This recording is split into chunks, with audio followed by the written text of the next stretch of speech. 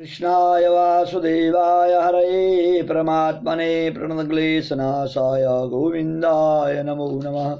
हरे कृष्णा कृष्णा कृष्णा हरे हरे, हरे राम राम राम हरे हरे। आइए वैशाख मास शुक्ल पक्ष मोहिनी एकादशी व्रत कथा। मैं आचार्य चंद्रभूषण, मेरे YouTube चैनल को आप सब्सक्राइब लाइक शेयर अवश्य करें।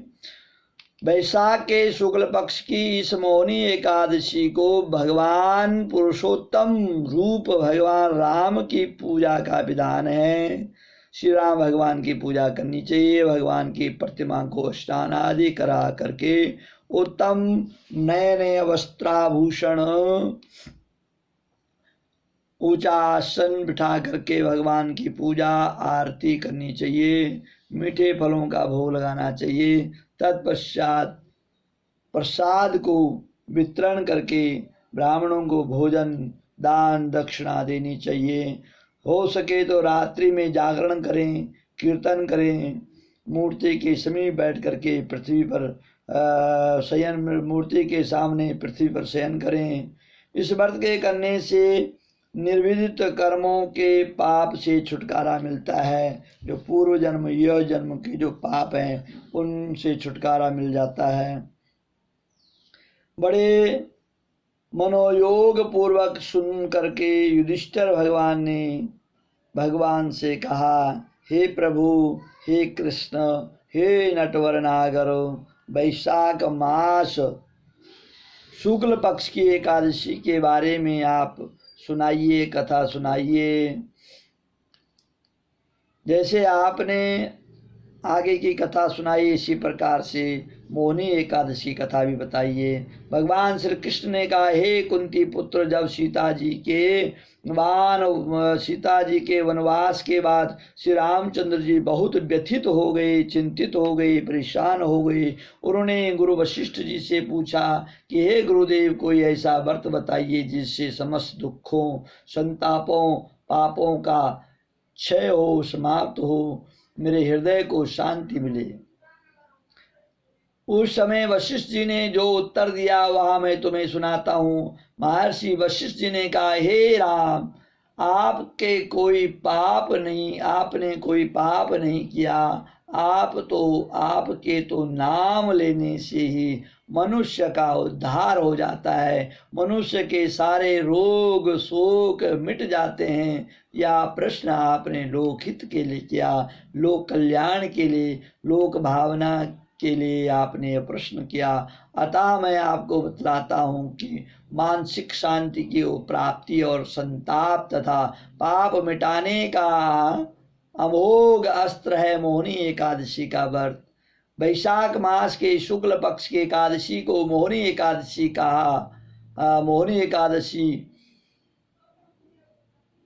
कहा जाता है। इसलिए जो मनुष्य इस व्रत को करता है, सारे पाप ताप दुखों से दूर हो जाता है। अतएव दुखी मनुष्य को यह व्रत अवश्य करना चाहिए। मैं इसकी कथा आपको सुनाता हूँ, ध्यान पूर्वक से सुने। सरस्वती नदी के किनारे वसी सुंदर और संपन्न नगरी भद्रावती में ध्युमान नाम का चंद्रवशी राजा राज्य करता था। उसी नगर में एक धन धान्य से परिपूर्ण धनपात नामक एक वैश्य भी रहता था। वह वैश्य अत्यंत धर्मात्मा एवं विष्णु भक्त था। उसी नगर में अनेक भोजनालय, प्याव, कुएं, तालाब, धर्मशाला आदि बनाए। सड़कों के किनारे आम, जामुन, नीम आदि के अनेक वृक्ष लगवाए। उस वैश्य के सुमना, सद्बुद्धि, मेधावी, सुकृति, दुष्ट बुद्धि नाम के 5 पुत्र थे। उसके 4 पुत्र तो धर्मात्मा थे, किंतु उसके छोटा बेटा दुष्ट बुद्धि, महापापी, लंपट, दुराचारी। वह वैश्यों, दुराचारियों, मनुष्यों की संगति में रहता, जुआ खेलता, दूसरों के स्त्री के साथ भोग विलास करता, मद्य मांस सेवन करता। इस प्रकार अनेक कुकर्मों से फंस करके वह अपने पिता के धन को नष्ट करता, उन्हीं कारणों से उसके पिता भाइयों कुटुंबियों ने उसको घर से निकाल दिया। घर से निकाल देने के बाद वह निर्धन हो गया और वैश्याओं दुष्ट संगति साथियों ने उसका साथ छोड़ दिया। अब वह भूख प्यास से अत्यंत दुखी रहने लगा। तब उसने रात्रि के समय चोरी करना आरंभ कर दिया। एक दिन वह पकड़ा गया, परंतु राजा कर्मचारियों ने उसके वैश्य का पुत्र समझ करके छोड़ दिया। परंतु जब दूसरी बार पकड़ा गया और उन्होंने राजा के सामने उपस्थित कर दिया, राजा ने उसे दंडित करके कारागार में बंद कर दिया। कारागार में राजा ने उसको बहुत दुख दिया, फिर नगर से निकाल दिया। अब वह वन में रहने लग गया, जानवरों को मार करके शिकार करके अपना जीवन यापन करने लग गया। एक दिन भूख प्यासे व्याकुल हुआ, शिकार का पीछा करते करते कौंडिन्य ऋषि के आश्रम में जा पहुंचा। उस समय वैशाख मास चल रहा था और कौंडिन्य ऋषि गंगा स्नान करके आ रहे थे। उनके भीगे वस्त्रों के छींटे पड़ने से उसको कुछ सद्बुद्धि प्राप्त हुई और वह मुनि के सामने हाथ जोड़कर कहने लगा, हे मुनिवर, मैंने अपने जीवन में बहुत पाप किए, अतः आप उन पापों से छूटने का कोई साधारण सा उपाय बताइए। उसके दीन वचन सुनकर ऋषि कहने लगे कि ध्यान पूर्वक सुनो, तुम वैशाख शुक्ल पक्ष एकादशी का व्रत करो। इस एकादशी का नाम मोहिनी है।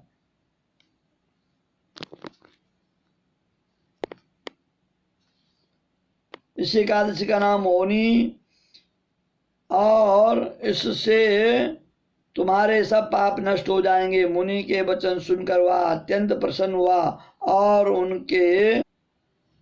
हुआ। उनके द्वारा बताई गई विधि के अनुसार उसने मोहिनी एकादशी का व्रत किया। हे राम, इस व्रत के प्रभाव से उसके सब पाप ताप नष्ट हो गए।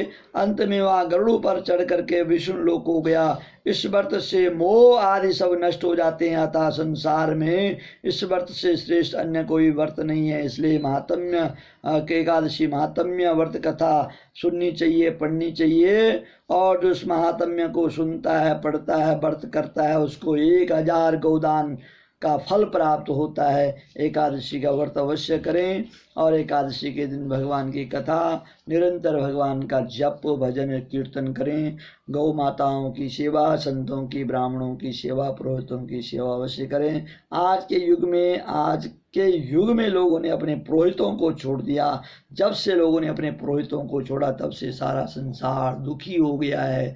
आप देख सकते हैं, क्योंकि गृहस्थियों का जो गुरु है वो ब्राह्मण है। ब्राह्मणम निरताम गुरु, ब्राह्मण संसार का गुरु है। और लोगों ने अन्य जाति के लोगों को गुरु बनाना शुरू कर दिया और अपने ब्राह्मणों को, अपने पुरोहितों को छोड़ दिया। जब से लोगों ने पुरोहितों का परित्याग किया तब से संसार बिगड़ गया है। इसलिए अपने पुरोहितों का अवश्य ध्यान रखें।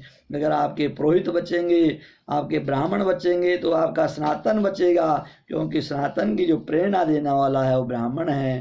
तो इसलिए सभी का कर्तव्य है कि अपने पुरोहितों का ध्यान रखें और पुरोहित लोग अपने यजमानों का ध्यान रखें। पुरोहित का धर्म है, परहित जो अपने यजमान का ध्यान रखे, और यजमानों का कर्तव्य है अपने ब्राह्मणों का ध्यान रखें। तो दान करें, धर्म करें, पूजा पाठ करें, अपने परिवार को, अपने बच्चों को भी धर्म के मार्ग पे लगाएं। अगर आगे बच्चों को धर्म के मार्ग पे लगाएंगे तभी हमारा धर्म बचेगा। बोले सत्य सनातन धर्म की जय, कृष्ण बलदेव की जय, हर हर महादेव।